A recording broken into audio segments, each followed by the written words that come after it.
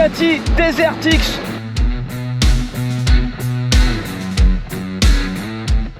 Dans cet endroit absolument incroyable que nous offrent les Alpes françaises.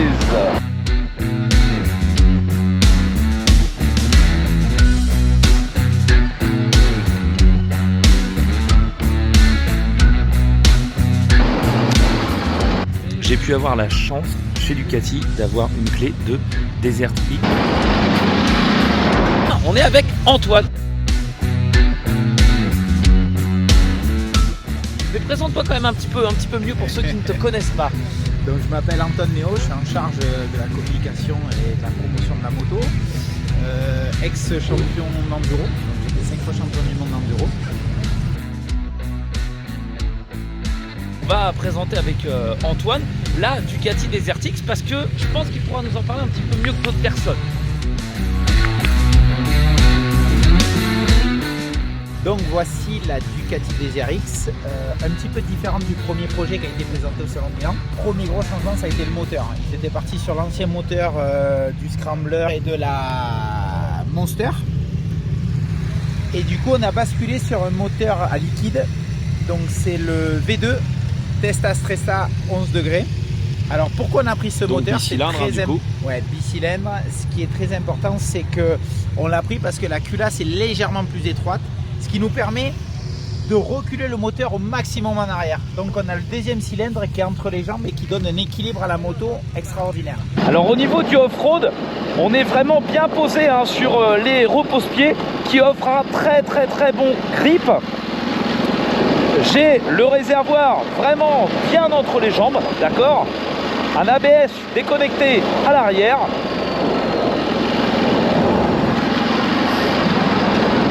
C'est vraiment un petit régal d'être sur des pistes roulantes avec cette Desert X.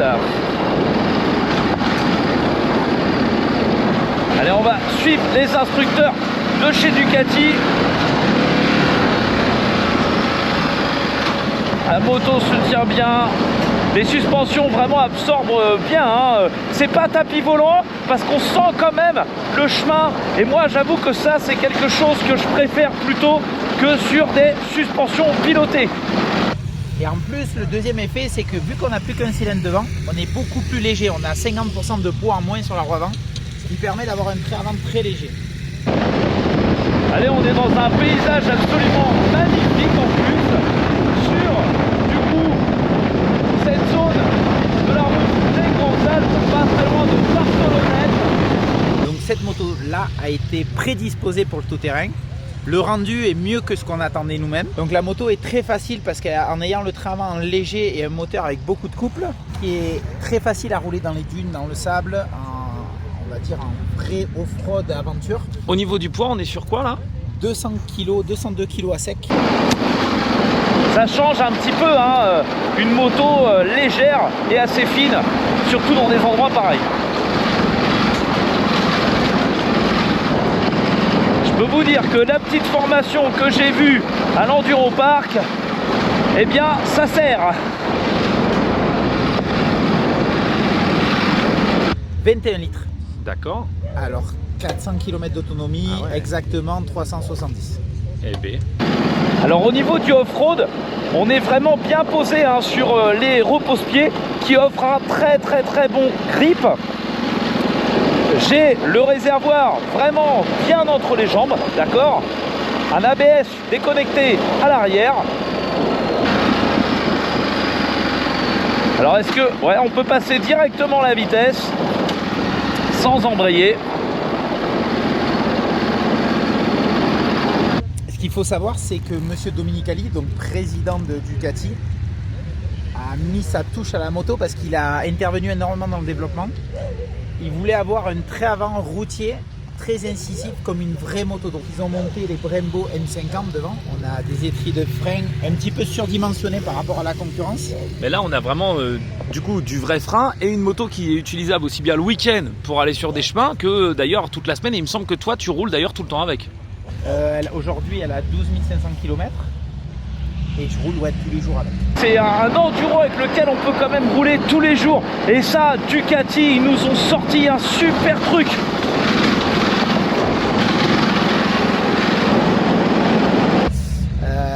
frein avant, pour une trail, est très incisif sur la route. C'est-à-dire que si vous arrivez un petit peu vite, quand vous freinez fort, la moto ne se relève pas, elle s'engage dans le virage.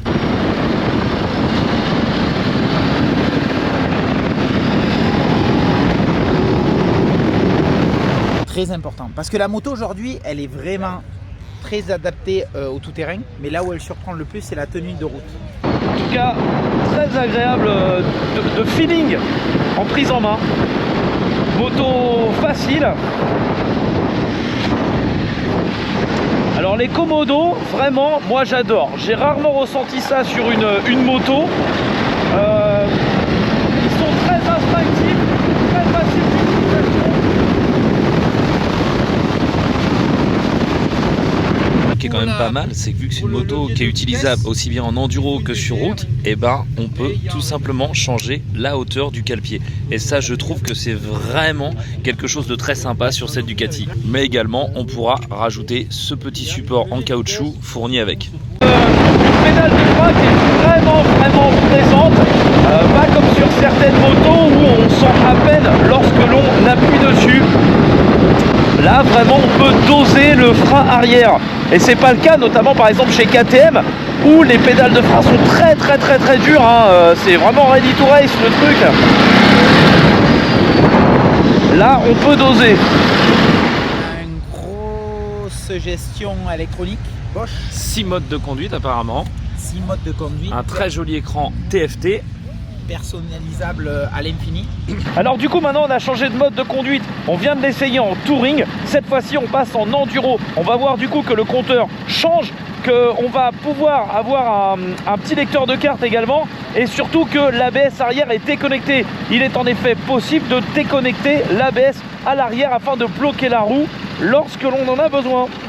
Et vous voyez elle est tellement légère que je vais même la béquiller sur un petit dénivelé. Donc en fait chaque paramètre électronique est personnalisable. On peut aller de 1 à 6 sur chaque mode, ce qui permet de faire vraiment une adaptation à chaque utilisateur. Et de plus, chaque fois que vous rentrez dans le mode et que vous faites un réglage, il reste enregistré pour vous. Bon, le compteur on le regarde pas, hein, mais néanmoins il a quand même toutes les petites infos nécessaires qu'on a besoin, même en mode enduro. On a une selle un peu plus basse, on a une kit rabaissée, mais ça se passe à la configuration de la moto. D'accord. Quand vous la commandez. Donc ça c'est vraiment quelque chose qui va être très important pour moi, parce que comme vous le savez, moi je fais 1m70, donc je suis un petit peu parfois limité sur l'utilisation des motos. Et l'information qu'il vient de me donner, pour moi c'est vraiment primordial, surtout si c'est en plus de ça une préconfiguration, on va dire d'usine, donc offre quelque chose de beaucoup plus stable, etc. Et qu'on part pas sur par exemple des biellettes aftermarket ou une selle creusée ou encore d'autres petites astuces. Alors je sais ce que tu vas me dire. Ce que tu vas me dire, c'est que la hauteur. Alors la hauteur, elle est trahie parce qu'on a fait une selle un petit peu trop large pour le confort. Large, ouais. Et du coup, quand tu es petit... Donc voilà, moi ça c'est toujours le critère numéro 1 pour moi sur une moto. Donc là, bah voilà, là pour ma part on a un petit peu comme sur la T7. Donc c'est pas une moto que je prendrais en essai, d'accord, mais c'est pas une moto avec laquelle je vais partir faire du gros voyage. Surtout si je commence à charger les bagages, le chien, etc. Sur du pierrier ou un truc comme ça, je serais pas à l'aise. Néanmoins, si on rabaisse de, je dirais, 3 petits centimètres, ça me ferait ça. Et là, du coup, c'est vraiment jouable. Ouais, tu vois, je galère un peu à mettre de l'équipe. Ces italiennes, elles sont toujours exigeantes. Hein. Exactement. Alors moi, ce qui me plaît vraiment sur cette moto, c'est qu'elle est assez fine. Et on peut voir qu'on l'a bien entre les jambes.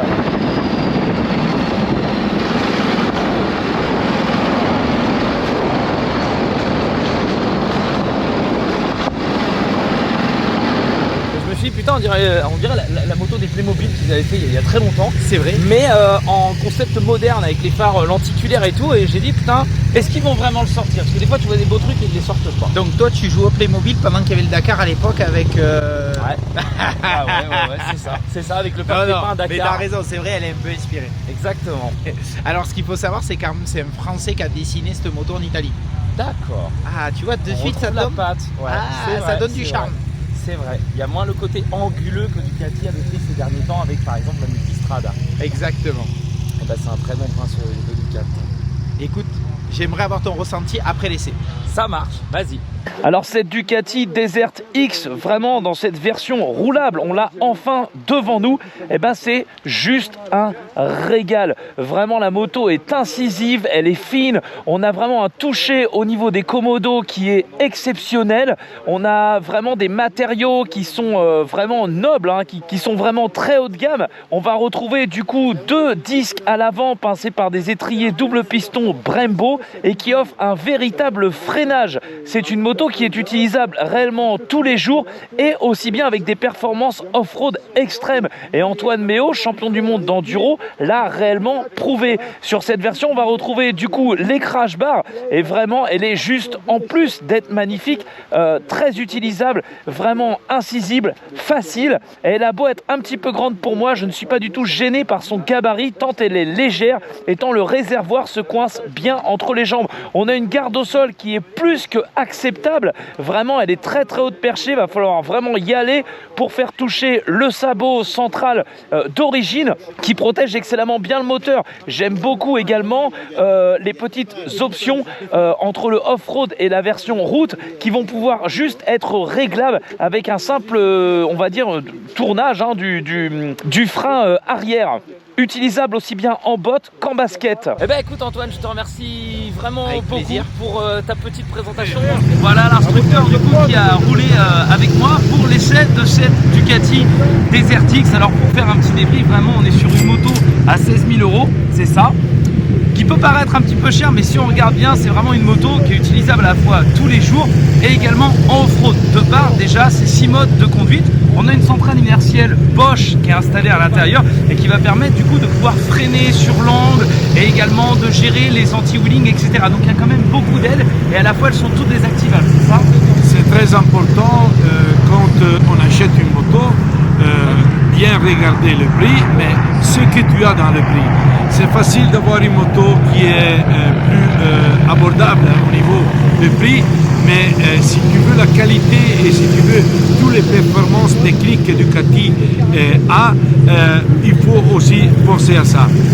Cette moto c'est à 360 degrés, c'est-à-dire qu'elle est assez performante sur le goudron, stable en vitesse, puissance 110 chevaux et sur le tout-terrain c'est son terrain de jeu parce que ça rappelle aussi l'histoire du Dakar, la Cagiva Ducati Elephant qui c'était le cœur, c'était le moteur de Ducati. Et c'est très performant, c'est léger et l'électronique c'est très important. J'entends beaucoup de motards qui disent « Ah, l'électronique c'est trop compliqué ». C'est pas vrai. L'électronique, elle t'aide, elle te sauve la vie. Certaines fois, tu fais des erreurs et l'électronique, il va les cacher. Voilà. Ça, c'est important. En plus, si tu es capable de comprendre l'électronique, tu peux te coudre C'est ça, la une moto personnalisée. personnalisée. C'est comme l'appareil photo. Tu peux C'est changer exactement ça. automatique ou si tu es un vrai photographe, tu choisis toutes les possibilités techniques. C'est un très bon exemple. Et la chose importante, c'est que nous, on a choisi des suspensions très de haut niveau. Ce sont des Kayaba, front et arrière l'amortisseur, et sont réglables à la main, mais sont vraiment réglables, sensibles les clics, et sont tarés. Le setup de standard, c'est juste moitié. C'est-à-dire que tu peux monter ou descendre à ta nécessité. Ça, c'est très important. En tout cas, moi pour ma part, c'est vrai que c'est ce que je disais, hein, on a 110 chevaux sur un 900 cm3. Sur route, ça se comporte très très bien au niveau du mode touring. Hein, quand on accélère, vraiment la moto répond, on sent bien qu'elle est là. On a un feeling qui est super au niveau des côtes Vaudaux. J'arrête pas de le répéter, mais moi c'est vrai que c'est quelque chose qui m'a vraiment plu. On va avoir des petites options un peu entre guillemets réglables, comme par exemple le cale-pied en mode botte ou en mode chaussure de ville.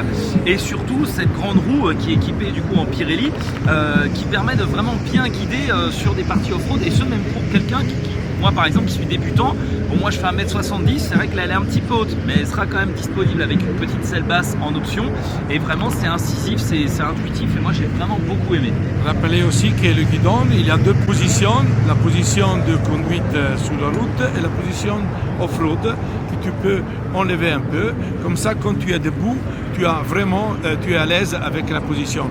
Et la position, moi j'ai travaillé beaucoup sur l'économie, aussi quand tu es debout, le réservoir est assez étroite et parce que si tu vas ouvrir les genoux, tu prends le risque de perdre les cale-pieds. C'est ça. Et alors, c'est vrai qu'elle a une petite capacité de réservoir, on est sur combien déjà? 21 litres, Mais on peut rajouter un réservoir additionnel. Et en plus, ça lui donne une petite gueule assez sympa, on va dire, ça joue aussi sur l'équilibre. oui. Et l'important, c'est que la consommation, c'est très haute, c'est-à-dire très bas, pardon. Oh. C'est-à-dire que nous, on va faire au moins risque de 20 km avec un litre. C'est-à-dire qu'avec 21 litres, on a 400 km d'autonomie. La consommation, c'est vraiment bas. Rappelez que chaque fois que vous changez riding mode, vous changez la puissance. C'est-à-dire qu'en wet ou en urban, vous avez 75 chevaux. C'est-à-dire ça date aussi le moteur, ça suffit, et ça date aussi tout l'électronique avec l'ABS, le contrôle de traction et tout. Et bien, en tout cas, je te remercie vraiment beaucoup d'avoir complété ma petite présentation. Et bien, vous pouvez retrouver du coup la Ducati Desert X, donc je vous conseille vraiment l'essai.